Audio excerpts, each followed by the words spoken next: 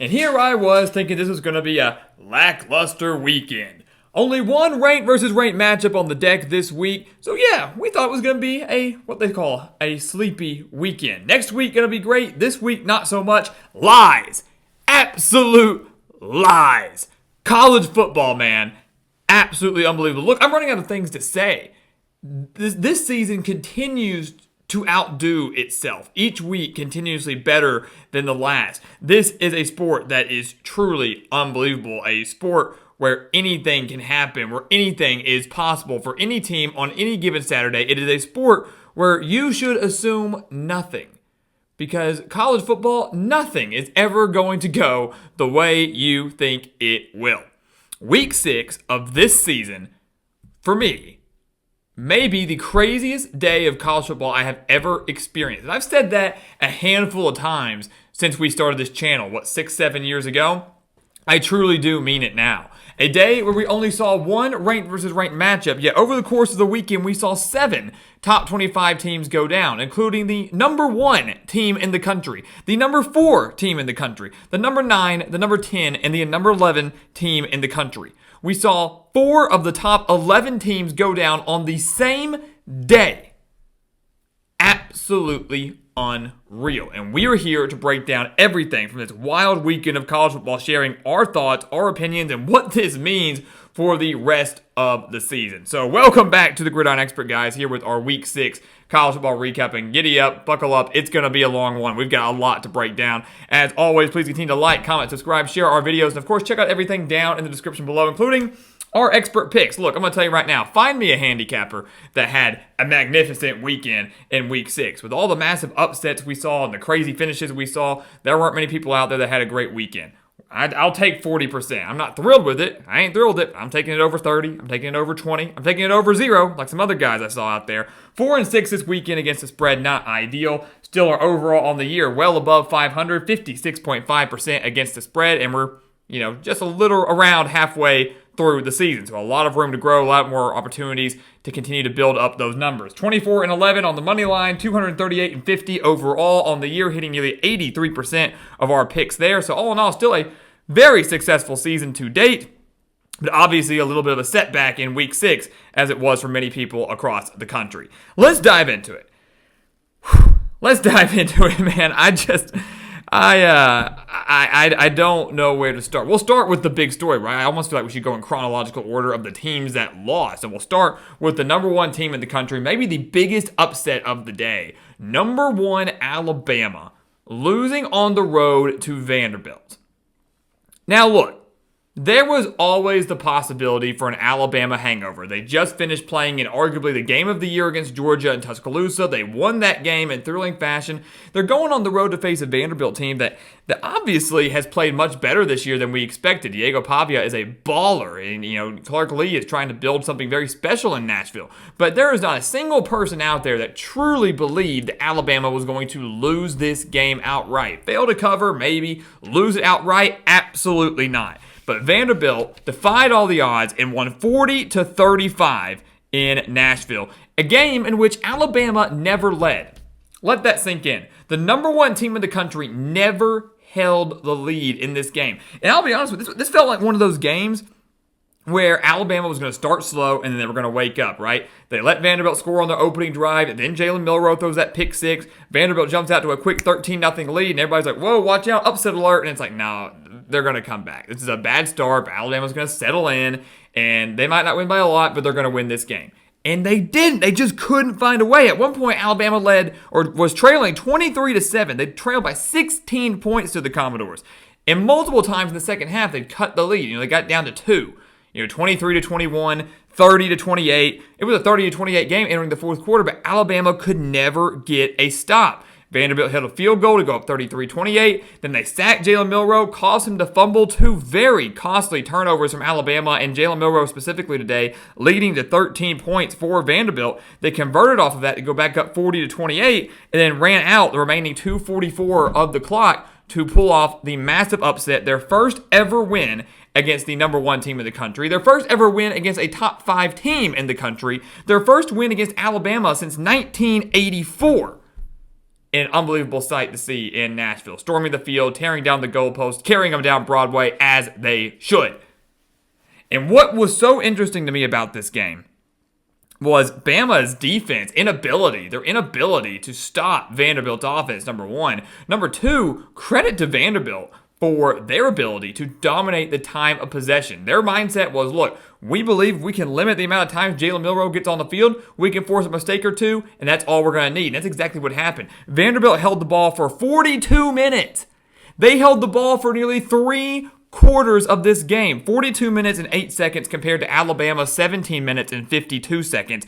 It was a great game plan from Clark Lee. They delivered it and executed it perfectly. They converted on those long drives. They forced the turnovers. They converted off of those turnovers. And Vanderbilt maybe just pulled off the upset of the year. And for me, not in terms of the point spread. Alabama was about a 3-touchdown favorite. This, to me, will go down as one of the biggest upsets in college football history. Again, not in terms of the point spread, but in terms of the magnitude of this win. The magnitude of what we saw on Saturday. A monumental win for this Vanderbilt program who, just beat Alabama, but still could find a way to not go bowling and beating an Alabama team that was number one, first year without Nick Saban. All the talk now, Nick Saban would never. You're probably right. An Alabama team that now has a lot of things they've got to figure out as they try to continue to make their run to the college football playoff. So a massive, massive win on Saturday for Vanderbilt, and all the credit in the world to Clark Lee in this program. It was really exciting and fun to see them celebrating what was probably the biggest win in program history.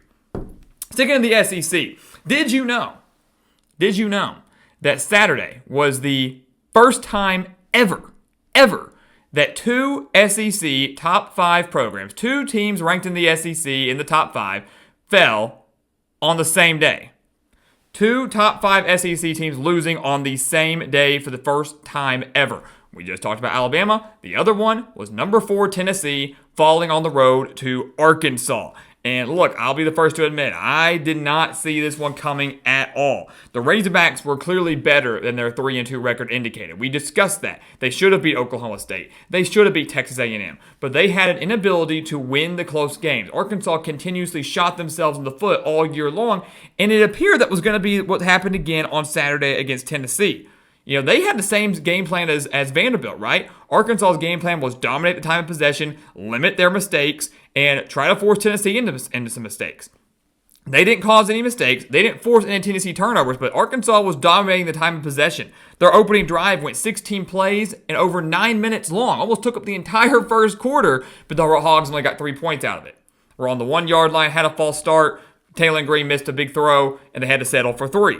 Then they had a turnover on downs later in the game on the Tennessee 34-yard line. Then another turnover on downs on the Tennessee 20-yard line. Then they missed a field goal. At halftime, Arkansas, despite all those opportunities, only led 3-0, despite holding Tennessee to 51 yards of offense. The most electric offense, arguably in the country, was held to 51 yards in the first half as a whole. The Razorbacks' defensive line was creating tons of pressure on Nico Iamaleava, but the Razorbacks' offense couldn't convert. They couldn't convert. Again, 2 turnover on downs deep in Tennessee territory, a missed field goal as well, and then again had that ball on the 1-yard line but had to get moved back and then was held to 3 instead of getting 6. Arkansas probably could have been up 24, 28-0, and the game would have been over, not nearly as close or exciting. But that's not what happened. Coming into the second half, Tennessee opened up the dam, right? They came out and played the way we thought Tennessee would look all day long. First drive, touchdown. Forced Arkansas 3 and out. Next drive, touchdown. Volunteers go up 14-3, and I, for one, thought the game was over.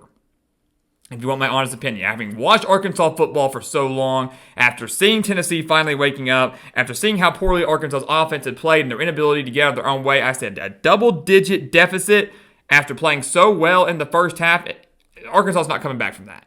They're just not. When have they ever? When have they ever?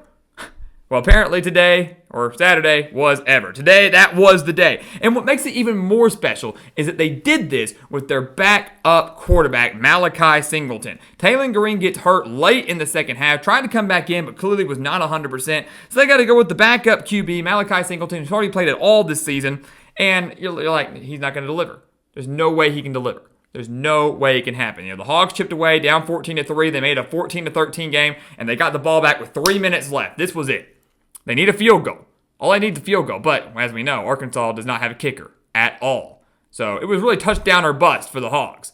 And Malachi Singleton, the backup quarterback against the number 4 team in the country, a defense in Tennessee that was allowing less than 200 yards per game on average this season, Singleton led the game-winning drive and ran in the game-winning touchdown from 11 yards out to put the Hogs up 19-14, and then the defense that had played well all day long got that last final stop that they needed. Tennessee got all the way down to the Arkansas 20-yard line, but they forced Nico Iamaleava out of bounds. Fantastic coverage on that 4th down play. He was out of bounds as time expired, and the Hogs stormed the field, tore down the goalpost. It kind of came down automatically, but tore down the goalpost in Fayetteville and held one of the best offenses in the country to just 14 points, 332 yards, and had 4 sacks on the day. Arkansas is much better than their 4-2 record shows now. The Razorbacks arguably should be 6-0, but Sam Pittman said he believes this team can compete with anybody. And actually right now, I would believe him.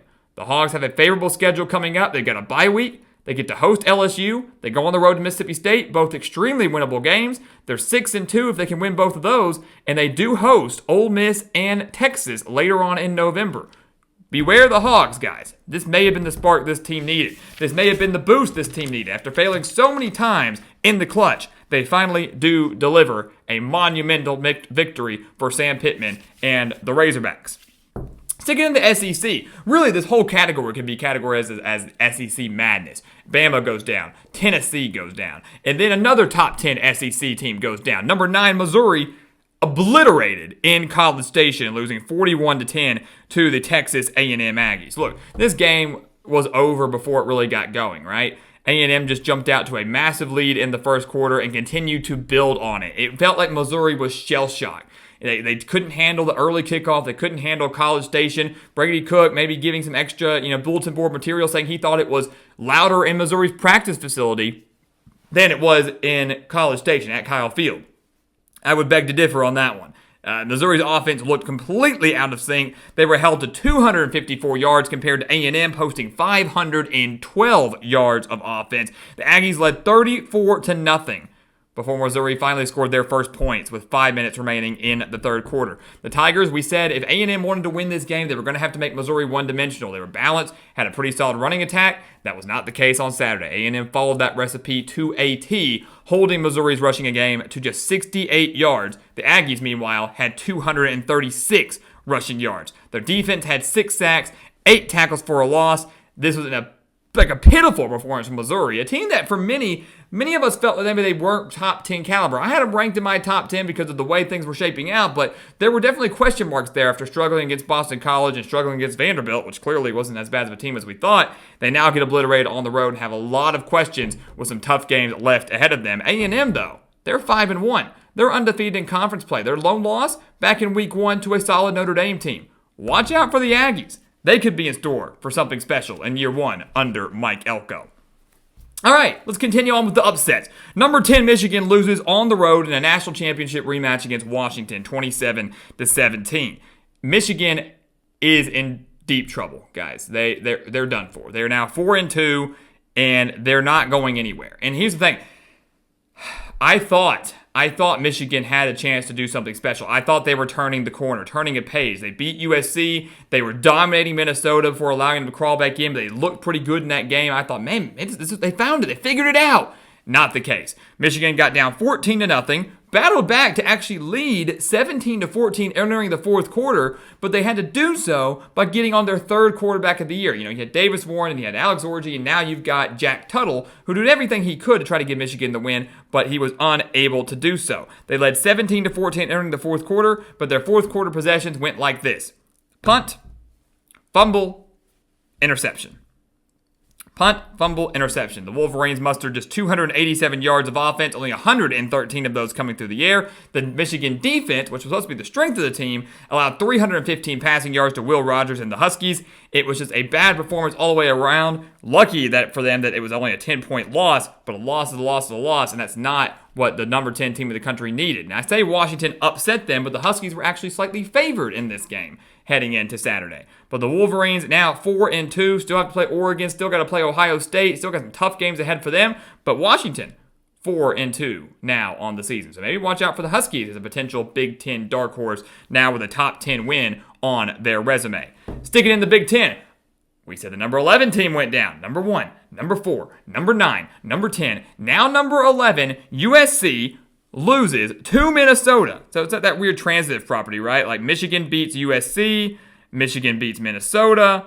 USC, you thought might be able to take down Minnesota, and they failed. The Golden Gophers pulling off a big-time win. And to me, all the credit in the world to PJ Fleck, man, rowing that boat to a big-time victory over a top 15 opponent. But USC missed a lot of opportunities in this game. The Trojans had a missed field goal. They had a fumble in Minnesota territory. They had an interception at the Minnesota 35 and another interception at the Minnesota 20 at the end of the game as they were trying to tie it. So USC had every opportunity available to win this game and put the Golden Gophers away, and they couldn't do it. Credit to the Minnesota defense for that. The Golden Gophers had 193 rushing yards on the day. Max Brosmer, their quarterback, had 3 rushing touchdowns, all from short distance, but it doesn't matter. Touchdown's a touchdown, including the game-winning quarterback sneak with 56 seconds remaining to give them the ultimate lead and win as the Golden Gophers win 24-17 in what is turning out to be a wild Big Ten conference. The SEC and the Big Ten, the two biggest conferences, the two most competitive conferences, some would say, both had absolutely insane days where some of their top contenders struggled or lost mightily, again, causing chaos in the conference standings as we hit about that halfway point of the season. Wrapping up the last couple games here. If you were lucky enough to stay up for some ACC After Dark, you witnessed an unbelievable comeback as number 8 Miami, the site of College Game Day, by the way, out in Berkeley against California, came back from a 35-10 deficit with a little over 18 minutes remaining in the game to beat California 39-38. I thought it was over. California was playing fantastic defense. They were having their way with Miami all night.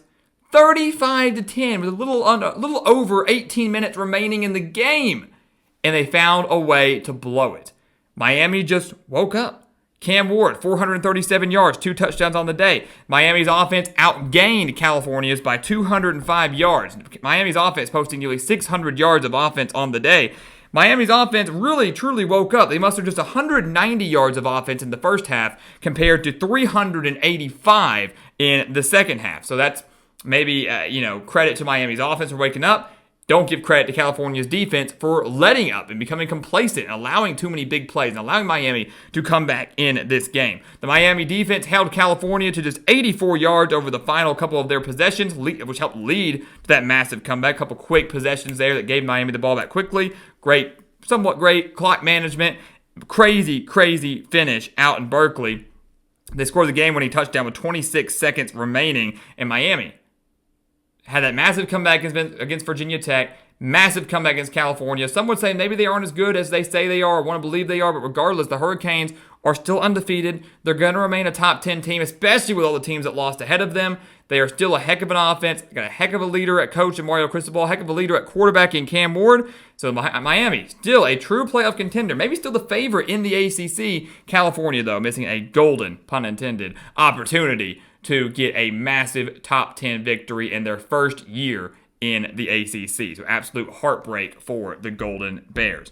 Last 2 quick hitters. Friday night, we saw a thriller between Syracuse and UNLV, one that ended in controversy. Syracuse did win that game 44-41 in overtime, maybe ending UNLV's potential college football playoff hope. So they still have opportunities. They still got to play Boise State. But that roughing the passer call was absolutely disgusting. Should not have been called. It was a terrible call. Practically handed Syracuse that victory. And I've got nothing against the Orange. Congratulations to my man Jerry on that victory. Genuinely, nothing against UNLV. But the officiating in college football this year has been egregious. It has been terrible. It has been disgusting. It has been hard to watch.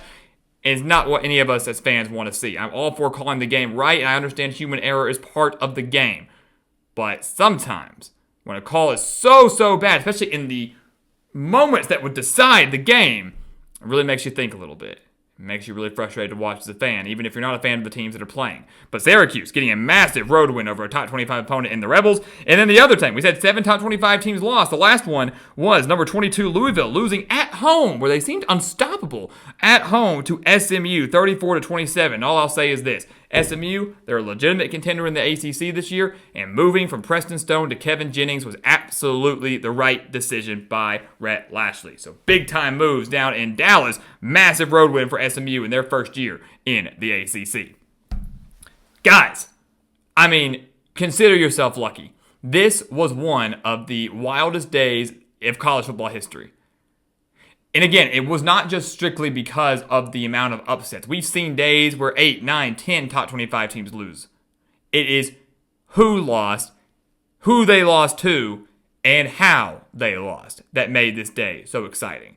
Especially in a week that was not expected to be like this. And we warned you, typically the weeks where the slate looks lackluster, those are the weeks that are the wildest. Those are the weeks where the most upsets happen.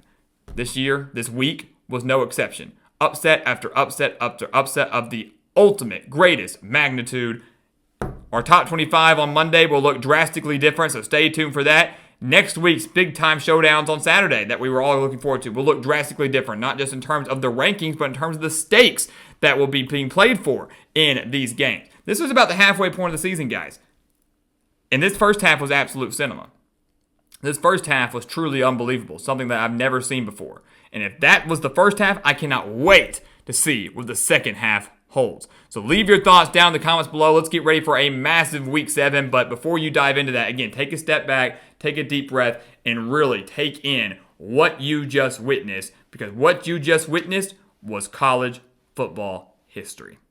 So guys, as always, thank you so much for watching us here at the Gridiron Expert on YouTube. Make sure to continue to like, comment, subscribe, share our videos, and of course, check out everything down in the description below. That includes our expert picks. Look, we own up to our losses. We didn't have the best week in the world. We're still having a pretty dang good year. We also, despite going 4-6, went 2-1 in our best bet section. 3-0 last week, 2-1 this week. That's 5-1 over the last 2 weeks in our best bet section. So if you use those, you definitely racked up some money. We want you to take advantage of those. Again, the link for that down in the description below. Don't miss out. Again, some of the best picks in the country, especially considering our track record. Do not miss out. The link for that, again, in the description below. And once again, as always, thank you so much for watching, and we'll see you next time right here on the Gridiron Expert.